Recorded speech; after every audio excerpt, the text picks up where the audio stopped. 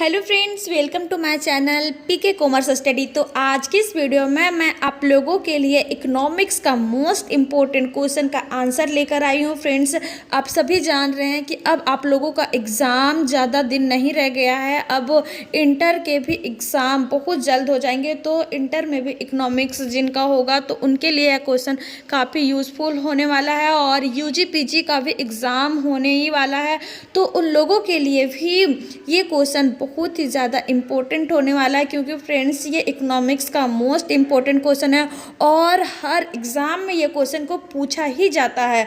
तो वीडियो के लास्ट तक बने रहे। और अगर आप पहली बार हमारे इस चैनल पर विजिट किए हैं तो सबसे पहले आप हमारे इस चैनल को लाइक करें, सब्सक्राइब करें और अपने फ्रेंड्स के साथ भी शेयर जरूर करें, क्योंकि फ्रेंड्स इस चैनल पर मैं हमेशा आप लोगों के लिए यूज़फुल वीडियो लाते रहती हूँ और आप लोगों के एग्ज़ाम से रिलेटेड मोस्ट इम्पोर्टेंट क्वेश्चन का आंसर लाते रहती हूँ, जो कि आप लोगों के लिए काफ़ी यूज़फुल होता है। तो आज का क्वेश्चन है कि पूर्ण प्रतियोगिता क्या है, पूर्ण प्रतियोगिता की विशेषताओं की व्याख्या करें। तो जैसा कि फ्रेंड्स आप सभी पूर्ण प्रतियोगिता का मतलब समझ ही रहे होंगे। पूर्ण प्रतियोगिता यानी कि संपूर्ण रूप से कंपटीशन किया जाता है। जैसे कि बाजार की वह स्थिति होती है जहाँ पे क्रेता और विक्रेता दोनों ही बहुत अधिक मात्रा में पाए जाते हैं। एक वस्तु की क्रेता भी बहुत ज़्यादा मात्रा में होते हैं और विक्रेता भी बहुत, यानी कि पूरी तरह से प्रतियोगिता होती है। तो इसे ही पूर्ण प्रतियोगिता कहा जाता है। तो चलिए फ्रेंड्स, अब हम लोग इसका शाब्दिक मीनिंग समझेंगे कि पूर्ण प्रतियोगिता क्या होती है और इसकी विशेषताएं क्या है।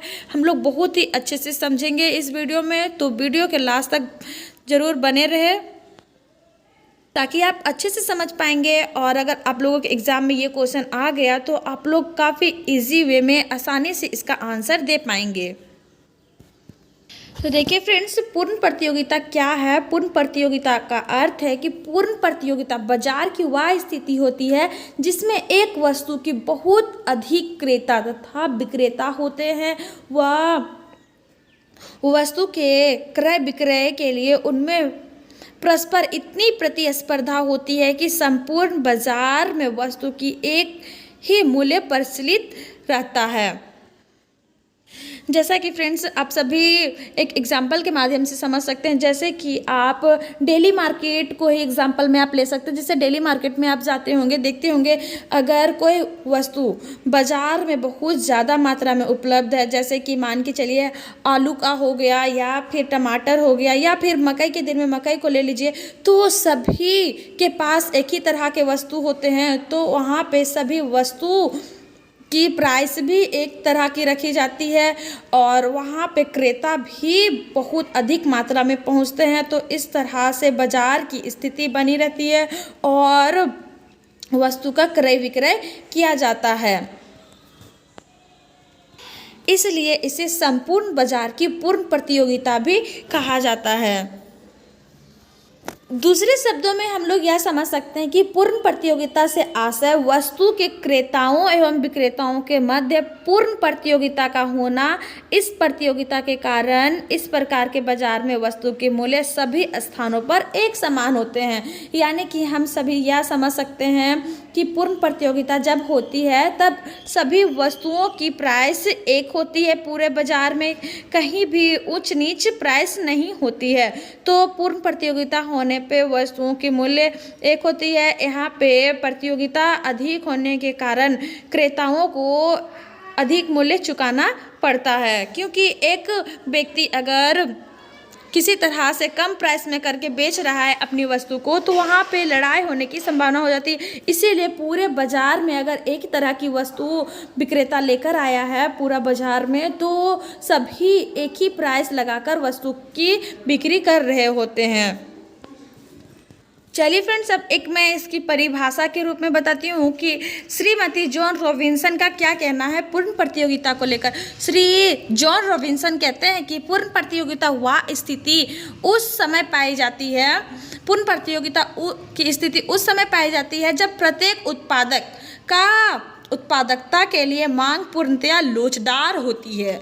अर्थात पूर्ण प्रतियोगिता में अर्थात पूर्ण प्रतियोगिता में विक्रेताओं की संख्या पर्याप्त अधिक होती है, जिसमें किसी एक विक्रेता की उत्पादकता उस वस्तु की कुल उपज का एक बहुत ही थोड़ा भाग होती है। सभी क्रेता प्रतियोगी विक्रेताओं के मध्य चुनाव करने की दृष्टि से समान होते हैं, फलतः बाजार पूर्ण हो जाता है।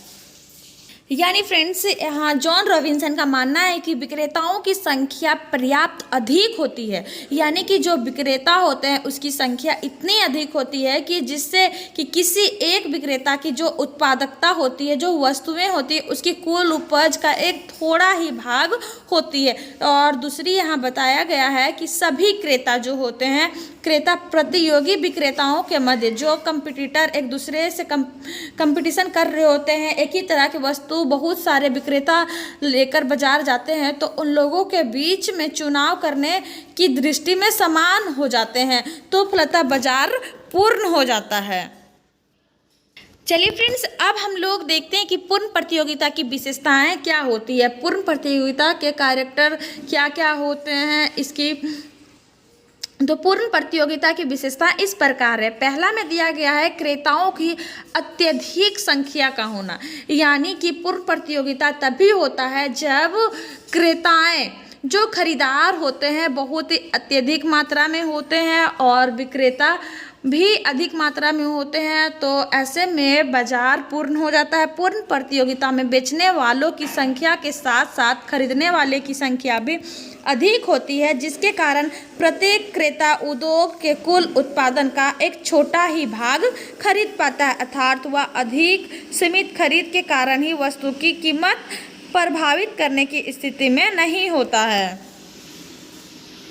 दूसरी विशेषता यह आती है फ्रेंड्स कि समरूप वस्तुएं, यानी कि समरूप यानी कि एक तरह के समान वस्तुएं होने के कारण भी पूर्ण प्रतियोगिता होती है। पूर्ण प्रतियोगिता में उद्योग में लगी सभी फर्में जो वस्तु बना रही है वे बिल्कुल समान और तथा एक जैसी वस्तु है, अर्थात वस्तु विभेद अनुपस्थित रहता है। वस्तुओं में भौतिक दृष्टि से ही समानता नहीं होती, बल्कि वस्तुओं की व्यापारिक चिन्ह, ब्रांड नाम आदि का भी अंतर होता है। यानी कि फ्रेंड्स, यहाँ पे पूर्ण प्रतियोगिता तब भी होता है जैसे कि बहुत सारे ऐसे कस्टमर्स होते हैं कि वो व्यापारिक चिन्ह देखकर, ब्रांड देखकर वस्तुओं को खरीदना पसंद करते हैं, तो इस कारण से भी पूर्ण प्रतियोगिता हो जाती है। बहुत सारे ऐसे होते हैं जो कि अपना ब्रांड से अपनी वस्तुओं को बेचते हैं और बहुत सारे उसका कॉपी करके बाजार में ले आते हैं, तो इस तरह से कंपटीशन बढ़ जाता है। क्योंकि फ्रेंड्स, यहाँ पे अगर कोई विक्रेता कॉपी करके अपने वस्तु को लाता है मार्केट में, तो इस तरह से जो ब्रांडेड कंपनियाँ होती है उन लोगों को थोड़ा बहुत नुकसान सहना पड़ जाता है। क्योंकि फ्रेंड्स, मिडिल क्लास के लोग सिर्फ वस्तुओं को यूज़ करना जानते हैं, उनके ब्रांड के बारे में नहीं जानते। जैसे कि आप चप्पल का भी उदाहरण ले सकते हैं, जैसे बहुत सारे ब्रांडेड चप्पल्स मार्केट में आते हैं, तो बड़े बड़े लोग ब्रांड के बारे में जानते हैं और जो मिडिल क्लास से बिलोंग करते हैं उन्हें सिर्फ पहनने से मतलब होता है, तो उन लोग सिर्फ चाहते हैं कि किसी तरह से पैर में ही पहनना है, थोड़ी ना हमें कहीं किसी को दिखाना है, बस हमें अपने पैरों को सुरक्षित रखना है। इसीलिए सिर्फ वो जिस तरह के मार्केट में सस्ती वस्तुएं पाते हैं उसी तरह की वस्तुओं को वो यूज़ करते हैं, तो उन्हें ब्रांड से कोई लेना देना नहीं होता। तो इस तरह से ब्रांडेड कंपनियों को थोड़ा बहुत नुकसान भी सहना पड़ता है। तीसरा पॉइंट आ जाता है फ्रेंड्स कि क्रेताओं तथा विक्रेताओं की वस्तु की मांग तथा पूर्ति का पूर्ण ज्ञान होना चाहिए। यानी जो क्रेता होते हैं, विक्रेता होते हैं, उन्हें ये सब का ज्ञान जरूर होना चाहिए कि वस्तु की मांग मार्केट में किस तरह की है और किस तरह से वस्तु की पूर्ति की जा रही है, किस तरह से की जानी चाहिए। ये सभी का पूर्ण ज्ञान विक्रेताओं का होना बहुत ज़रूरी है। और क्रेताओं को यह भी ज्ञान होना चाहिए, यह भी याद कर लेना चाहिए पहले से कि वस्तु की मांग किस तरह से है, बाजार में किस तरह से वस्तु की बिक्री हो रही है, कितना प्राइस में बिक रही है। ये चीज़ की पहले बाजार में घूमकर जानकारी ले लेनी चाहिए, उसके बाद ही वस्तु की खरीदारी करनी चाहिए। या फिर विक्रेताओं को भी बाजार का मूल्य पहले पता कर लेना चाहिए, उसके बाद वस्तु की बिक्री करनी चाहिए। क्रेताओं को इस बात की पूर्ण जानकारी होनी चाहिए कि कहाँ कौन सी वस्तु किस मूल्य में मिल रही है। इसी प्रकार विक्रेताओं को भी इस बात की पूरी जानकारी होनी चाहिए कि कौन सा विक्रेता किसी वस्तु की किस मूल्य में बेच रहा है। ऐसी दशा में वस्तु का मूल्य प्रभावित नहीं होता है। पांचवा पॉइंट आ जाता है फ्रेंड्स, उत्पत्ति के साधनों में पूर्ण गतिशीलता। पूर्ण प्रतियोगिता के अंतर्गत उत्पत्ति के किसी साधन को बेरोक टोक एक उद्योग से दूसरे उद्योग में लाया और ले जाया जा सकता है। यदि किसी उद्योग में उत्पत्ति के अकुशल साधन कार्य कर रहे हो तो उनके स्थान पर उत्पत्ति के कुशल साधनों को लगाया जा सकता है। अगला पॉइंट आ जाता है फ्रेंड्स, छठा पॉइंट में यातायात लागतों की अनुपस्थिति। पूर्ण प्रतियोगिता में सभी उत्पादक एक दूसरे के समीप होते हैं, जिससे यातायात लागतें महत्वहीन मान ली जाती है। इससे बाजार में वस्तु की कीमत समान होती है। इस संदर्भ में स्टोनियर और हैग का कहना है कि पूर्ण प्रतियोगिता की विवेचना करते समय यह मान लेना सुविधापूर्ण होगा कि सभी उत्पादक एक दूसरे के बहुत समीप कार्य करते हैं, जिसके कारण यातायात लागतें नहीं के बराबर हो जाती है। यानी कि पूर्ण प्रतियोगिता में जो उत्पादक होते हैं, जो प्रोड्यूसर होते हैं, एक दूसरे के समीप होते हैं, जिससे कि यातायात जो रोजाना के आने जाने की लागतें हैं वो महत्वहीन हो जाती है और इस तरह से सभी महत्वहीन भी मानी जाती है, इम्पोर्टेंट लेस मानी जाती है वो वस्तुएं। इससे बाजार में वस्तु की कीमत समान हो जाती है। इस संदर्भ में स्टोनियर और हेग का भी कहना है कि पूर्ण प्रतियोगिता की विवेचना करते समय हमें यह मान लेना सुविधापूर्ण होगा कि सभी उत्पादक एक दूसरे से बहुत समीप कार्य करते हैं। अगला पॉइंट आ जाता है फ्रेंड्स, सातवां में समान मूल्य। समस्त बाजार में उस वस्तु की एक ही मूल्य प्रचलित रहती है। यदि कोई विक्रेता अधिक मूल्य रखेगा तो उसकी बिक्री शून्य हो जाएगी। यानी कि बाजार में सामान्य मूल्य रखा जाता है। एक वस्तु जो होती है एक तरह की सभी विक्रेताओं के पास, वे सभी अपनी वस्तु की मूल्य एक समान रखते हैं क्योंकि पूर्ण प्रतियोगिता होता है और ऐसे में अगर मूल्य को ऊपर नीचे किया जाएगा तो ऐसे में बिक्री शून्य में भी आ जा सकती है। इसीलिए बाजार का मूल्य पूर्ण प्रतियोगिता में समान होता है। आठवां पॉइंट आ जाता है फ्रेंड्स, फर्मों को प्रवेश व छोड़ने की स्वतंत्रता। इस बाजार में कोई भी नई फर्म उद्योग में प्रवेश कर सकती है तथा काम में लगी कोई भी फर्म उत्पादन बंद कर उद्योग छोड़ सकती है। यानी कि फर्मों को प्रवेश या छोड़ने की स्वतंत्रता है। इस बाजार में कोई भी नई फर्म उद्योग में प्रवेश कर सकती है तथा काम में लगी कोई भी फर्म उत्पादन बंद कर उद्योग छोड़कर जा सकती है। यहाँ पे किसी तरह का कोई रोक टोक नहीं होता है। यहाँ पे आ जा सकता है कोई भी विक्रेता और कोई भी क्रेता आ जा सकता है, इसमें कोई पाबंदी नहीं होती है। नौवां पॉइंट आ जाता है फ्रेंड्स, कोई प्रतिबंध नहीं। पूर्ण प्रतियोगिता बाजार में वस्तु के क्रेताओं और विक्रेताओं पर सरकार व अन्य किसी भी संस्था की ओर से कोई भी प्रतिबंध नहीं रहता। प्रत्येक बात का निर्णय बाजार की शक्तियों पर ही आधारित होता है। यानी कि यहाँ पे किसी तरह का वस्तु या क्रेता विक्रेता या सरकार का या कोई संस्था का कोई प्रतिबंध नहीं होता है और यहाँ पे किसी भी तरह का निर्णय बाजार के शक्तियों के आधार पर ही किया जाता है।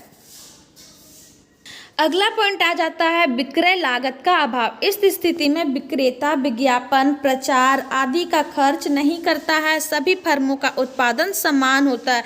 यानी कि 10वां पॉइंट बहुत ही इंपॉर्टेंट है फ्रेंड्स। ये सब पॉइंट आप लोग याद कर लीजिएगा ताकि आप लोग के एग्जाम में आए तो ये पॉइंट को अच्छे से एक्सप्लेन कर पाएंगे। इस स्थिति में यानी कि पूर्ण प्रतियोगिता की स्थिति में विक्रेता जो होते हैं वो अपना विज्ञापन करते हैं, एडवर्टाइजिंग करते हैं, प्रचार प्रसार पर किसी तरह का कोई प्रचार प्रसार नहीं करते हैं, किसी तरह का कोई खर्च नहीं करते हैं और यहाँ फर्मों का उत्पादन भी समान होता रहता है। तो यहाँ पे किसी तरह का कोई प्रचार प्रसार करने की आवश्यकता नहीं होता है। तो उम्मीद है फ्रेंड्स ये क्वेश्चन आप लोग अच्छे से समझे। ऐसे इंपॉर्टेंट प्रश्नों के उत्तर पाने के लिए हमारे चैनल को लाइक और सब्सक्राइब जरूर करें और कमेंट सेक्शन में कमेंट करके जरूर बताएं कि आप लोगों को किस क्वेश्चन में डाउट है। मैं क्वेश्चन का आंसर मैं इस चैनल के माध्यम से आप लोगों को प्रोवाइड कर दूंगी। और आप चाहे तो हमें टेलीग्राम चैनल पे भी फॉलो कर सकते हैं। टेलीग्राम पे जाके पीके कॉमर्स स्टडी सर्च करके आप हमें वहाँ पर भी फॉलो कर सकते हैं।